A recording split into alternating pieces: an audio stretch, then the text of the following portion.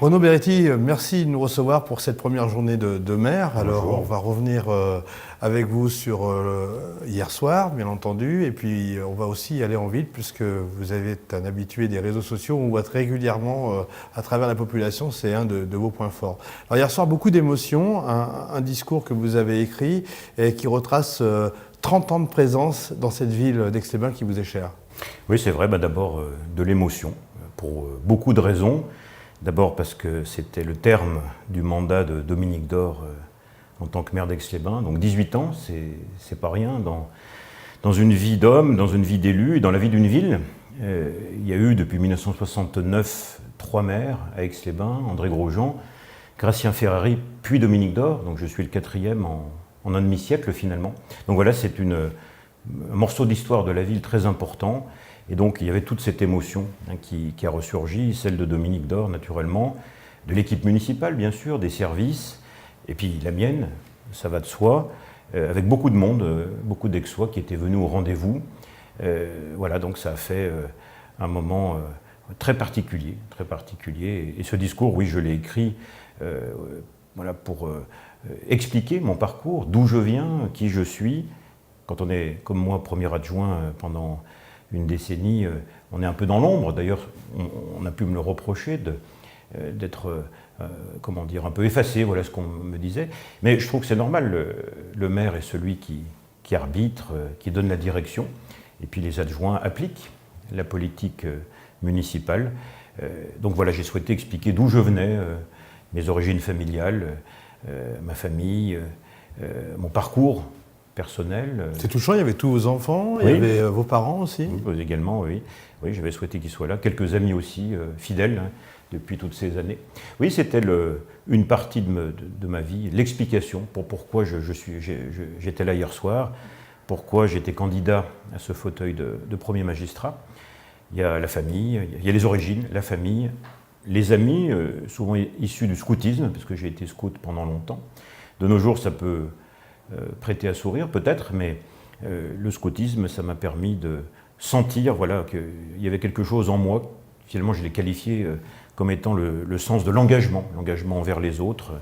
Alors nous, c'était dans la nature, on n'était pas très dégourdis et ça nous a beaucoup aidé.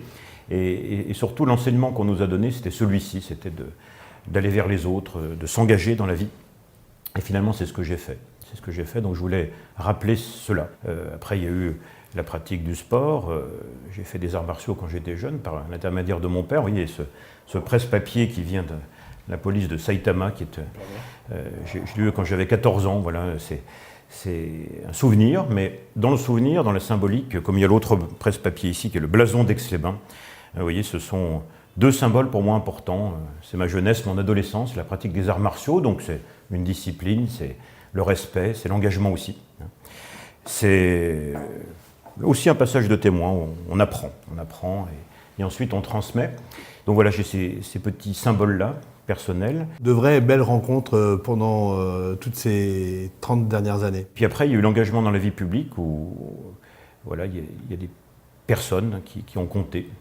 J'ai cité Pierre Dumas parce que quand j'étais petit, c'est pareil, voilà, dans les réceptions où mon père était invité, comme mon père était enseignant, ma maman aussi, on était invité en mairie de Chambéry, j'étais petit garçon et Pierre Dumas était le maire et je montais les escaliers de cette mairie. Je ne pensais d'ailleurs pas du tout, quand on est enfant évidemment, qu'un jour je me retrouverais aussi dans une mairie. Et Pierre Dumas était un grand personnage par la taille et quand je montais ces escaliers, je le voyais comme ça, immense. Quand on est petit en plus, on voit les choses encore plus grandes.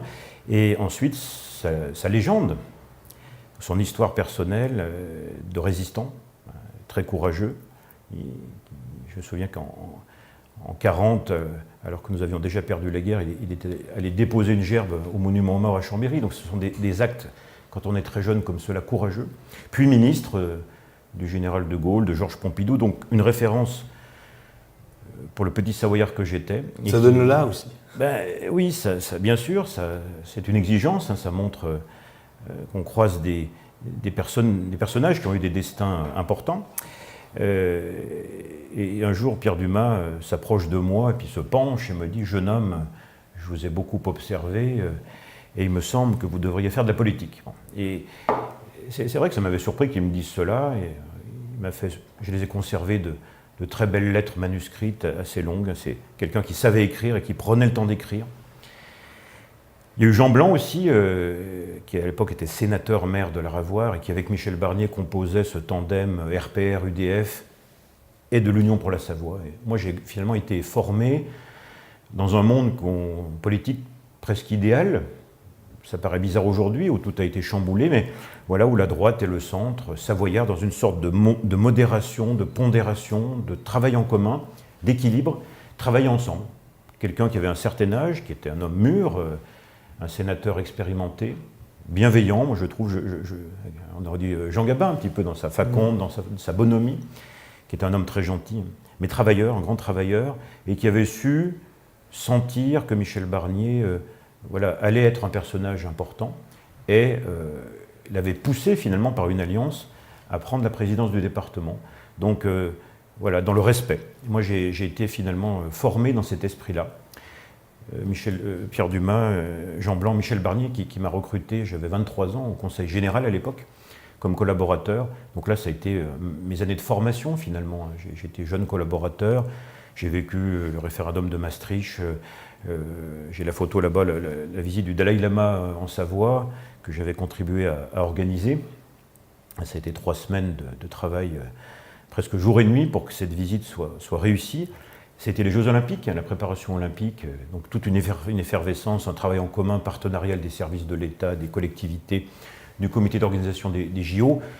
Puis Michel Barnier, ministre de l'Environnement, des Affaires européennes. Voilà, j'ai découvert tout ce monde-là, j'ai énormément travaillé pendant ces années, avant de rejoindre quelqu'un d'autre qui a surgi à ce moment-là dans la vie publique locale, Hervé Guémard. Je me souviens qu'un jour, on m'avait demandé de le rappeler, un téléphone. Il était à l'époque au Caire, en Égypte. Et donc j'ai appelé une nuit au Caire. Et voilà, ça m'a fait bizarre cet appel, dont je me rappelle très bien la tonalité dans la nuit comme ça. Ça a été mon premier contact. Je crois qu'on a déjà dû parler de politique et de littérature. On est devenus amis par la suite, bien avant qu'il devienne ministre. Et voilà, depuis, on parle toujours d'histoire, de littérature, de livres, d'auteurs, de politique, ce qu'on appelle la grande politique. Et Hervé Guémard, quand j'ai été élu conseiller départemental, m'a fait l'honneur, au bout de quelques mois, de me faire élire vice-président à la culture et au patrimoine. Et voilà, c'est une délégation dans laquelle je m'épanouis, qui me plaît beaucoup. Et également de m'avoir choisi pour être son vice-président à la FACIM, la Fondation pour l'Action Culturelle Internationale en Montagne, où là nous faisons beaucoup pour la littérature, les auteurs, les rencontres littéraires, les printemps de la FACIM. Voilà, la culture et le patrimoine sont deux éléments dans mon parcours qui me comblent. Et puis, bien sûr, j'ai évoqué d'autres aspects de mon itinéraire. Bénévole, j'ai été 15 ans président de la Ribambelle, qui est un ITEP, un institut thérapeutique, éducatif et pédagogique qui s'occupe d'enfants et d'adolescents en difficulté, en souffrance psychologique, des salariés, des administrateurs, plein d'engagements aussi spirituels et discrets, mais qui ont fait beaucoup pour ces enfants et ces adolescents. Le sport, avec le rugby, j'ai été président pendant 4 ans. Là aussi, ça a été une très belle aventure humaine. Bon, comme souvent le sport le permet, avec la compétition, mais aussi les bénévoles. Et cette saison-là, il y a quelques années maintenant, nous avions, après une saison exceptionnelle, 16 matchs d'affilée victorieux, gagné le trophée, le bouclier des Alpes à Grenoble au stade Lédiguière. Ça faisait très longtemps qu'Aix-les-Bains n'avait pas gagné un trophée. Ils l'ont regagné l'an dernier, j'étais très heureux. C'est avec cette montée en Fédéral 3, et c'est une aventure humaine. Voilà, des bénévoles, des joueurs, des hommes, des femmes, dans un club. Donc ça a été un beau souvenir. Et puis j'ai aussi évoqué mon parcours politique au sein des formations dont j'ai été membre. J'en suis fier, je ne le regrette pas. Il y a des hauts, des bas, des vicissitudes, des turbulences. Ces dernières années, c'est plus difficile. On voit que la vie politique change vite, c'est bouleversé, que les partis politiques n'ont plus vraiment la cote, ne sont plus des centres d'intérêt. Mais moi, je reste fidèle à mes débuts. J'ai une famille politique qui est celle du gaullisme, J'étais adhérent au RPR, à l'UMP, j'ai participé avec Hervé Guémard à la fondation de l'UMP, qui s'appelait l'Union en mouvement à l'époque, puis l'UMP, puis les Républicains. Moi, je reste fidèle à mon camp, à ma famille. Il y aura d'autres étapes. Voilà, les partis politiques, sans doute, ont besoin de se transformer, donc il y aura d'autres étapes et je serai heureux d'en faire partie. Voilà, tout ce parcours-là, pour hier, avec également le travail que Dominique Dorme m'avait confié en m'appelant auprès de lui pour Aix-les-Bains, pour travailler en équipe, dès 2004, comme directeur de cabinet et de la communication, puis premier adjoint à l'élection de 2008, où là j'ai pu travailler avec les services en profondeur. J'ai cette particularité d'avoir été salarié de la ville, donc au cœur des agents municipaux, au cœur des services que je connais bien, puis d'avoir été leur élu comme adjoint aux ressources humaines. Donc les agents communaux, les communaux comme on dit, pour moi c'est un enjeu de les accompagner à transformer le fonctionnement des services, le moderniser, l'adapter aux nouvelles technologies, pour qu'il y ait de meilleures conditions de travail pour les agents et que par conséquent ils assurent un meilleur service public aux Aixois et à nos autres qui sont importants. Vous savez qu'on double notre population l'été, donc il y a des curistes, des touristes, donc c'est tout un ensemble de points, peut-être le début de mon action de maire dès la semaine prochaine que je vais mettre en œuvre en direction donc, de nos agents, de nos services.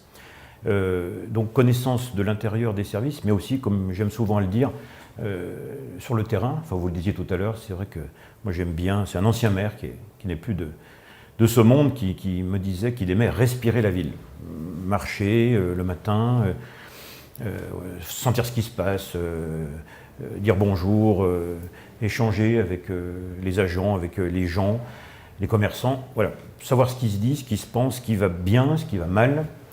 Les élus sont là pour ça, hein. Être au contact avec leur ville, sur le terrain. Alors oui, un élu, c'est quel qu'il soit, un maire, un adjoint, un conseiller municipal, il y a les dossiers, le courrier, les réunions, les dossiers, tout ce que les gens ne voient pas, parce qu'une journée d'un élu, c'est un ensemble de moments très différents, des rendez-vous, des échanges téléphoniques, du papier, des parapheurs à signer, et puis il y a des réunions, il y a des assemblées générales. Je vais tout à l'heure à ma première assemblée générale de maire, qui est celle des anciens de la Savoisienne, qui est un monument de la vie économique aixoise, aujourd'hui General Electric. Donc là, c'est l'association des anciens salariés. Voilà, ça sera ma première sortie officielle de maire. J'y vais tous les ans, ça fait 10 ans que j'y vais. Cette année, pour la première fois, ce sera en tant que maire. Là aussi, ça va être à chaque fois des moments d'émotion. Donc voilà, c'est ce mélange d'un côté administratif nécessaire, de contact avec les gens en rendez-vous, en réunion, en assemblée générale, et puis de présence dans la ville, au cœur de la ville, dans les rues, auprès des commerces, dans les établissements, pour être au contact. C'est Gérard Larcher qui dit qu'un élu doit rester à portée d'engueulade. C'est vrai que c'est un peu dur comme expression, mais assez vrai, hein. Les Français se plaignent souvent de l'éloignement entre les élus et leurs administrés. Ben, il faut être en contact, hein, et aller vers les gens. Eux-mêmes viennent quand ils savent qu'on est à l'écoute. Je crois que j'ai toujours essayé de privilégier ça, être à l'écoute, être disponible, ce qui n'est pas facile, hein, parce que dans une ville comme la nôtre de 30 000 habitants, évidemment la demande est importante, il faut être à même de pouvoir la satisfaire. Le sport est aussi un vecteur important et vous êtes vraiment intégré et vous avez été participatif. Oui, ben déjà par culture familiale, encore une fois, mon père et ma mère étaient professeurs d'éducation physique, donc ça prédispose. Donc j'ai grandi dans une atmosphère sportive. Je n'ai pas été moi-même un grand sportif, j'ai fait du sport, hein, course à pied et arts martiaux comme j'ai pu vous l'indiquer. Et puis ensuite, j'ai été effectivement président du FCA, le club de rugby d'Aix-les-Bains, de l'Office municipal des sports aussi à l'époque qui existait à Aix. Donc oui, j'ai toujours aimé les atmosphères sportives, regarder des matchs en vrai, au stade ou dans une salle ou à la télévision. Et puis il faut dire qu'à Aix-les-Bains, on a une grande vitalité sportive. Il y a beaucoup de clubs sportifs dans pratiquement toutes les disciplines. On a de belles infrastructures qu'on nous envie, dans un cadre de vie exceptionnel. Il y a une tradition sportive ancienne, même britannique, avec la présence britannique à Aix. Et l'implantation, il y a plus d'un siècle bien sûr maintenant, du golf, du tennis, du rugby. Et puis voilà, entre le lac, qui est qui permet une possibilité de pratique de sport nautique, qui n'existe pas vraiment ailleurs, à part Annecy. Et puis la montagne juste à côté, c'est ça quand même le lien, hein, lac, montagne, et puis le Revard, le plateau du Revard, avec les infrastructures qui sont les nôtres, un golf, un hippodrome, des stades et des équipements de qualité. On a un grand nombre de licenciés, je dirais même proportionnellement important par rapport au nombre de clubs. Donc c'est aussi une marque aixoise, le sport. On a cet environnement qui nous pousse à l'activité physique, au sport, et puis bien sûr que nous encourageons. À travers tous ces propos qui viennent du cœur, j'ai l'impression, 30 ans de discrétion, mais d'efficacité aussi, avec des personnalités de la politique et puis aussi les gens qui font le quotidien d'une ville. Alors ce que je vous invite à faire, c'est à descendre les escaliers puis nous retrouver dans la ville pour la deuxième partie de cette émission. On va parler des projets, parce que j'imagine qu'ils sont nombreux, du changement dans la continuité, puisque vous étiez, je dirais, l'allié de Dominique Dore pendant ces dernières années, où la Belle Endormie s'est réveillée, c'est ce que vous disiez hier dans votre discours. C'est une vérité, personne ne peut le nier qu'Aix-les-Bains a fait sa mue, hein, et est entrée dans le XXIe siècle différente, beaucoup plus dynamique, plus moderne, plus attractive. C'est ça d'ailleurs aussi une de nos difficultés, elle est devenue tellement attractive que voilà, les Aixois me disent que les choses vont peut-être sûrement trop vite. Et moi je vais prôner toujours le dynamisme, mais dans l'apaisement. Allez, on y va. Voilà, donc là, c'est un lieu qui est familier, un escalier historique comme cette mairie, hein, un escalier du XVIe siècle que nous avions restauré il y a quelque temps dans les règles de l'art,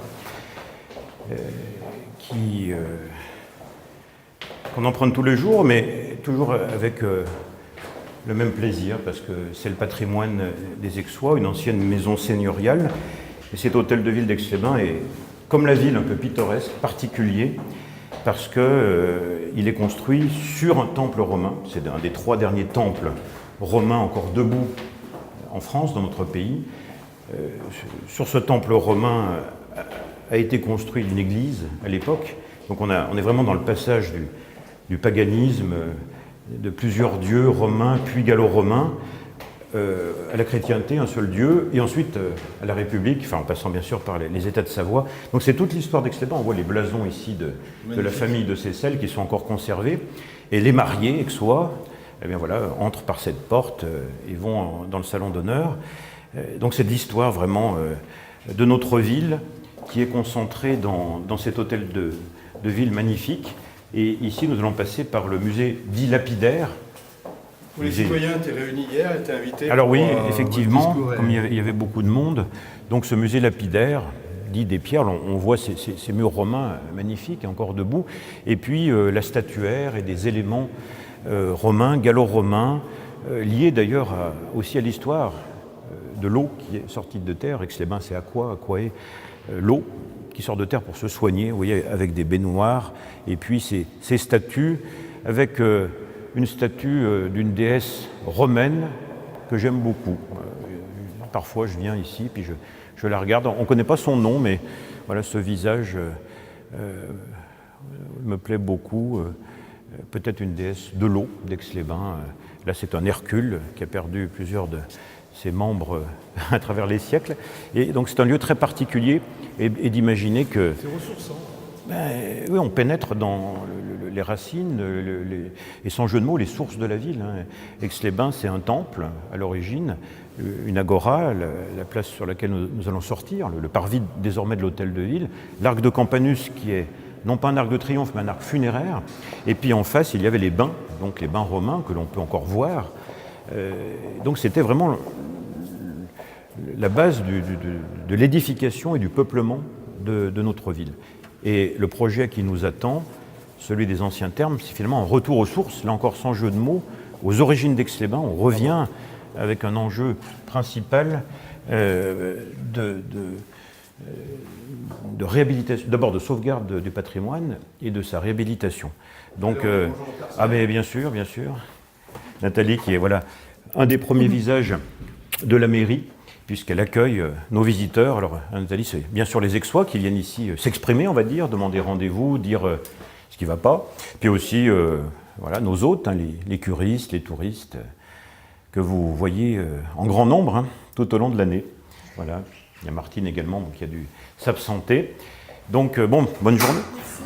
Allez, le soleil brille, on va en ville. Oui, c'est vrai qu'il fait encore très beau. Voilà, sur cette place de l'hôtel de ville, la place Mollard.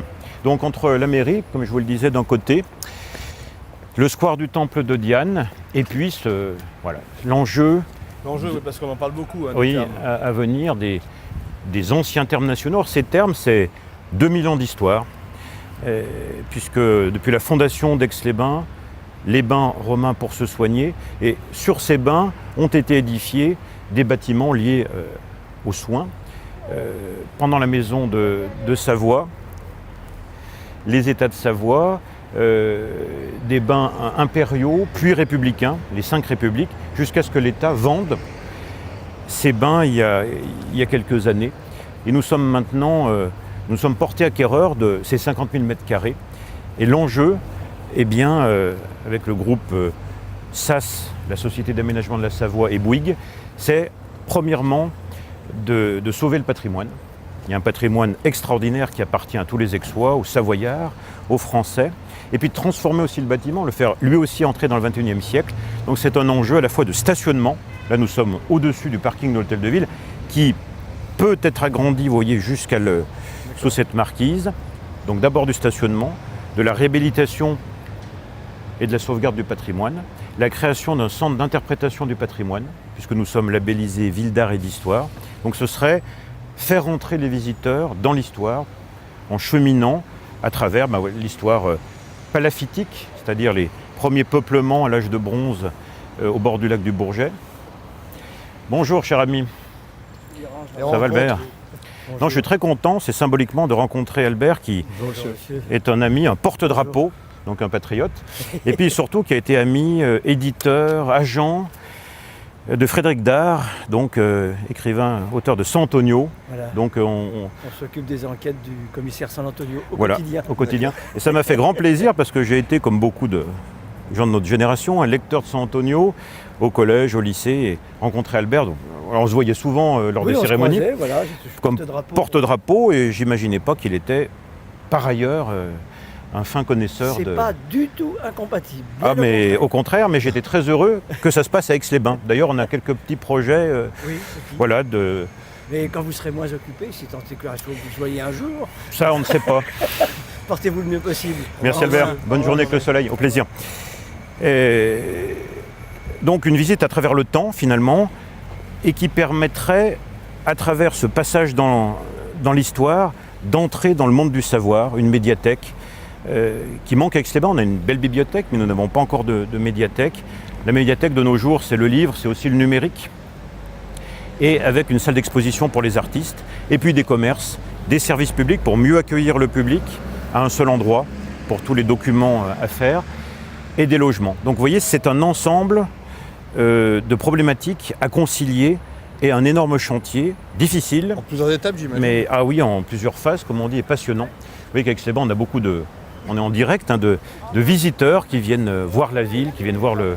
Bonjour madame, bonjour monsieur dame.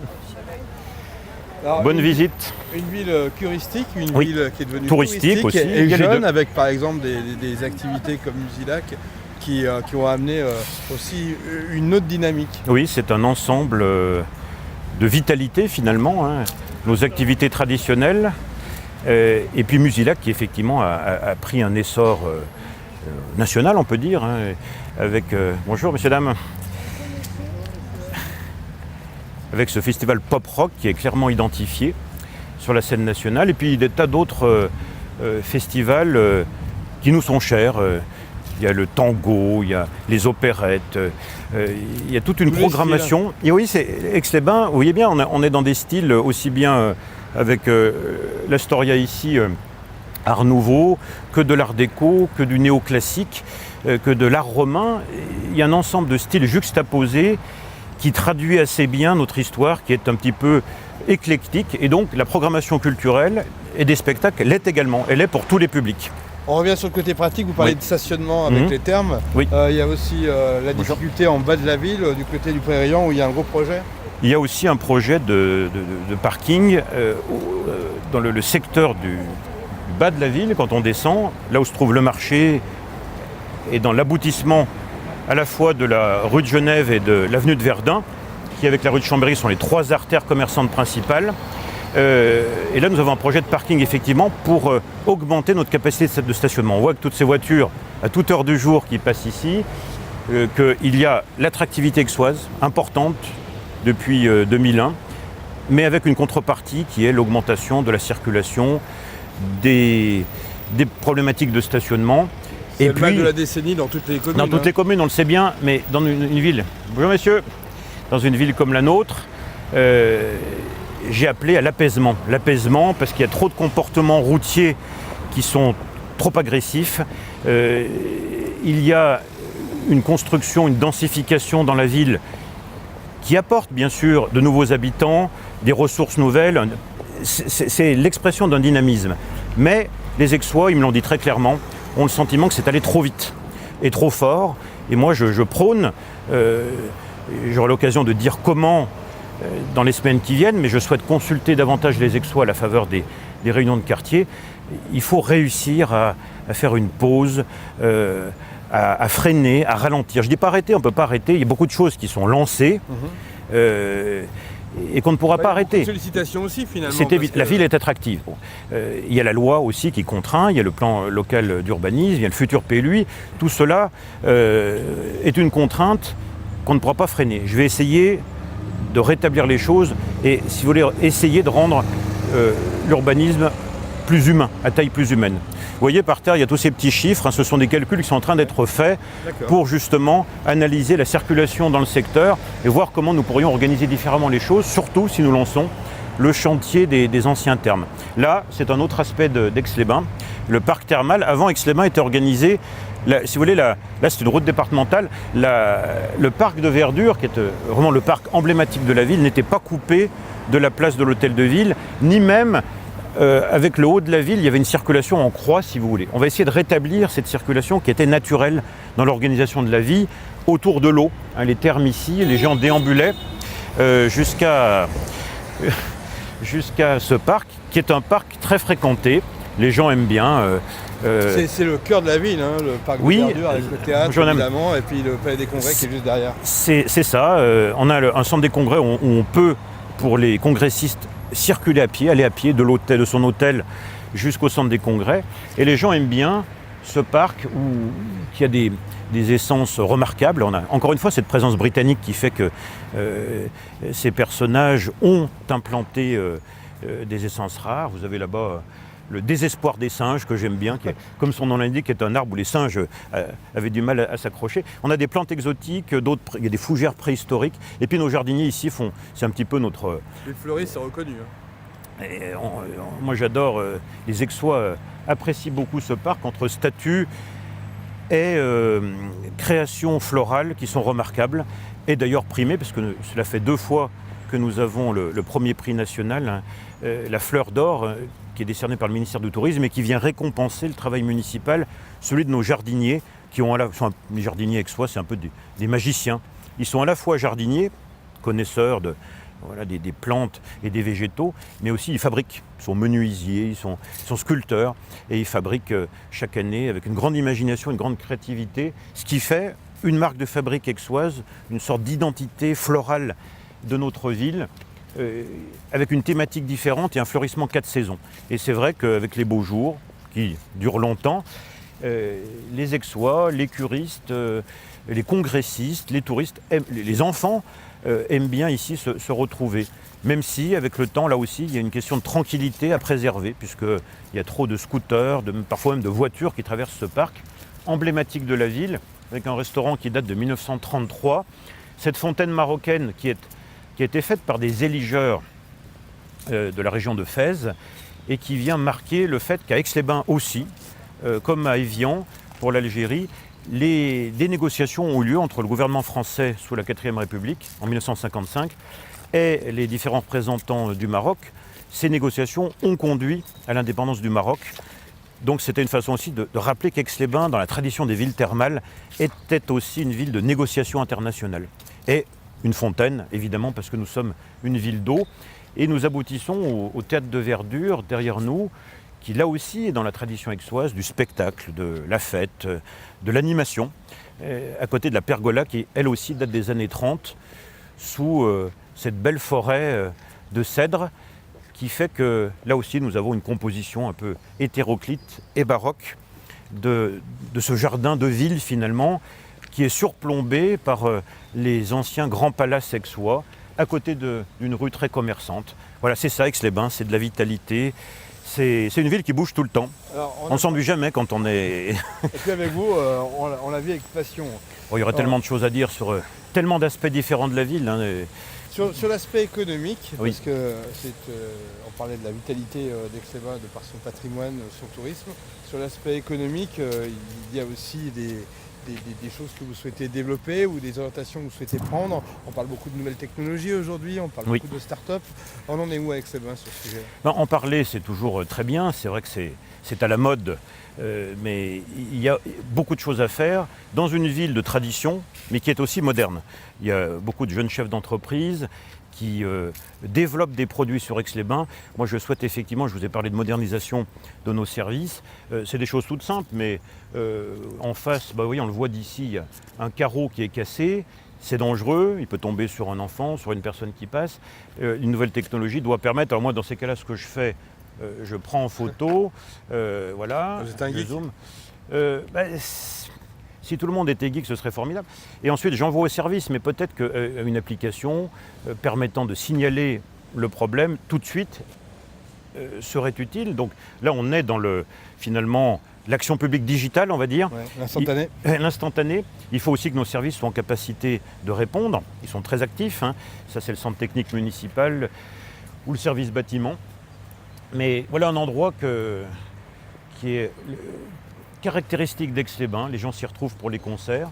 Il y a eu un concert pour Musilac, on appelle ça le Before, il y a 2 ans avec Cali, où ici tout était plein. On a eu une finale de Coupe du Monde célèbre, France-Italie, il y a quelques années, qui était noire de monde. Donc c'est un lieu aussi de vie que j'aimerais également réhabiliter, parce qu'il fait partie de l'histoire d'Aix-les-Bains. Mais il est protégé, donc il faut le réhabiliter dans les règles, si vous voulez, architecturale, mais aussi d'accessibilité contemporaine.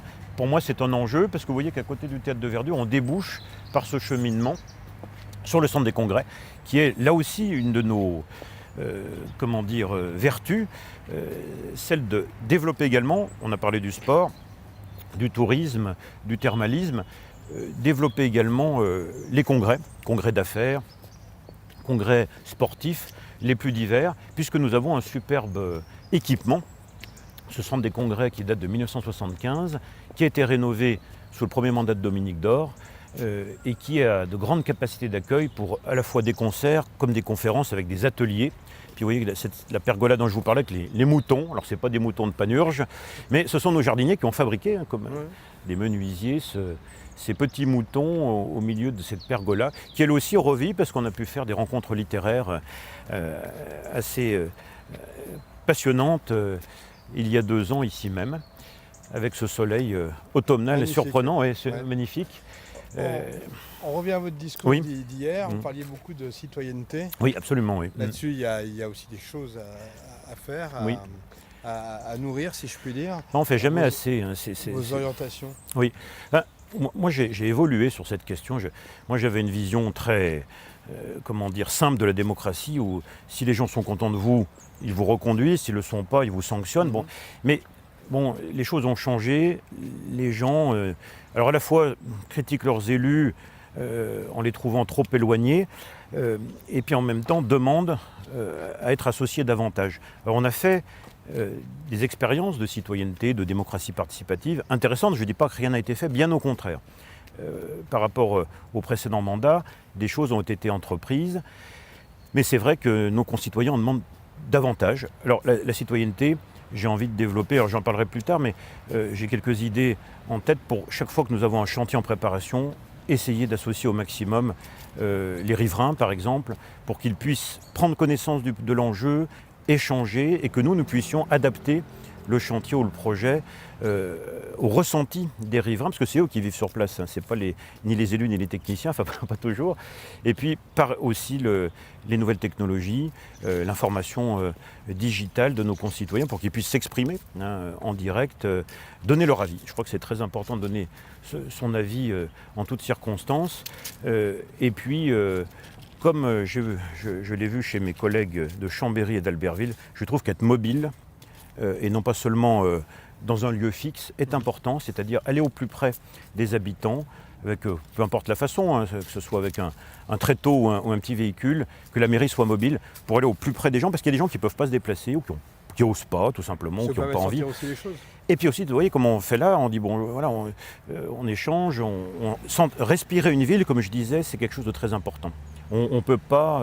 Rester en phase avec la population. Bien sûr. Alors bien sûr, les avis sont souvent différents, hein, mais il faut essayer de les recueillir et de sentir les choses au mieux. Il y a une forme d'intuition et puis ensuite de raisonnement. Donc la citoyenneté, peu importe le nom qu'on lui donne, mais il y a des réunions, si vous voulez, d'information qui sont nécessaires. On informe, il y a un échange, des questions, etc. Mais ça ne peut pas se limiter à cela de nos jours. Il faut aller plus loin dans la concertation et dans le fait d'associer les habitants. Je donne pour exemple le quartier de Marlioz, où la loi a demandé la mise en place d'un conseil citoyen.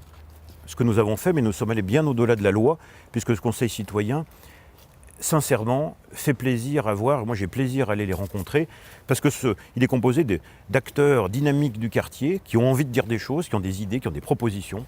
Et franchement, j'ai envie de multiplier ce type d'instance, qui est très libre, qui est pour le coup très citoyenne, dans d'autres secteurs de la ville. Ceux justement où l'urbanisation pose problème, pour essayer d'appréhender les choses au mieux avec les habitants. Marlioz, je saisis cette occasion d'en parler, qui est sur une colline au-dessus de nous, en haut, est un quartier qui est en attente de rénovation urbaine. Il y a un contrat de ville qui a été signé avec l'État et des partenaires. C'est le dernier quartier qui n'a pas fait l'objet d'une rénovation urbaine par rapport à ceux du Cirrose, de Franklin Roosevelt et de Lafin.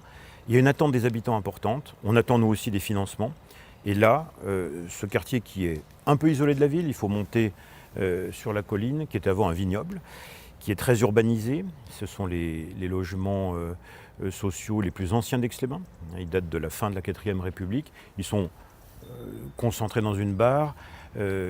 Pour la plupart, ils sont plus adaptés aux normes actuelles, ils sont trop grands par rapport aux surfaces requises. Donc il y a tout un travail sur l'habitat à faire, sur le relogement, sur le commerce, sur l'emploi, sur la sécurité, sur la voirie. Là aussi, c'est un ensemble de problématiques. Il n'y a pas seulement l'habitat et le logement, c'est l'ensemble des questions de vie quotidienne. Et nous le faisons avec les habitants, de façon que la décision ne descende pas de l'État ou de nous, enfin des partenaires jusqu'aux habitants, mais qu'au contraire, ce soit les habitants qui se saisissent de la vie du quartier et du projet et que les politiques publiques les accompagnent. C'est tout l'inverse de ce qui a pu se faire il y a quelques années. Alors merci déjà de nous avoir consacré du temps. On est devant le centre des congrès, vous êtes attendu pour la suite de votre journée. Bon, on a bien compris que ces prochains 18 mois seraient très intensifs, que vous êtes passionné, que vous êtes un personnage entier et que vous vivez vraiment l'histoire, mais aussi le présent et le quotidien. C'est ce qui fait toute votre force. Ça fait un tout, voilà. Ouais. Alors, en tout cas, merci Renaud Beretti. Et merci à vous, bonne journée. Bonne journée et bonne vie en tant que maire d'Aix-les-Bains. Merci, à bientôt. À bientôt.